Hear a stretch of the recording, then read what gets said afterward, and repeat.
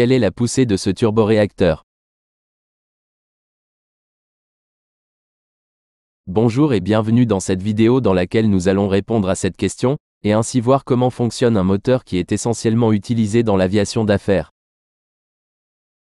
Le principe fondamental est qu'une masse d'air entrant dans le réacteur et en sortant à une vitesse plus grande, produit une force de réaction de sens opposé, qui est utilisée comme force de poussée de l'avion. Pour produire cet effet, l'air ambiant de l'atmosphère est admis dans le compresseur, afin d'en augmenter sa pression.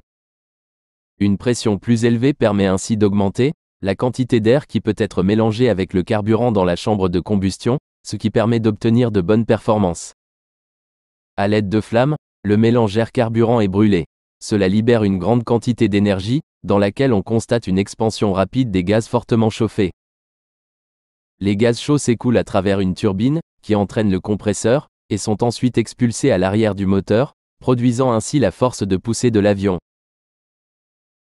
Cela étant dit, tentons de répondre à la question de la vidéo, quelle est la poussée de ce turboréacteur? Comme nous venons de voir, c'est l'évacuation des gaz vers l'arrière qui permet de pousser l'avion vers l'avant.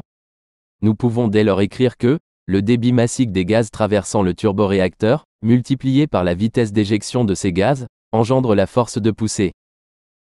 Cependant, comme notre avion n'est pas à l'arrêt, il nous faut prendre en considération la vitesse à laquelle l'air entre dans le réacteur.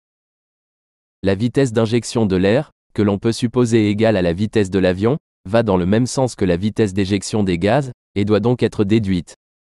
Nous obtenons ainsi l'expression réduite de la force de poussée.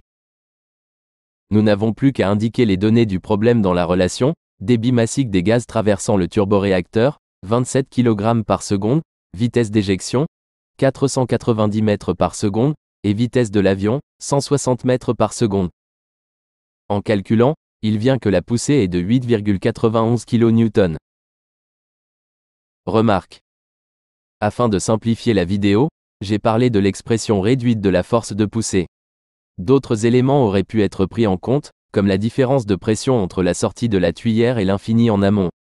Cependant dans la pratique, ils sont suffisamment petits pour être négligés.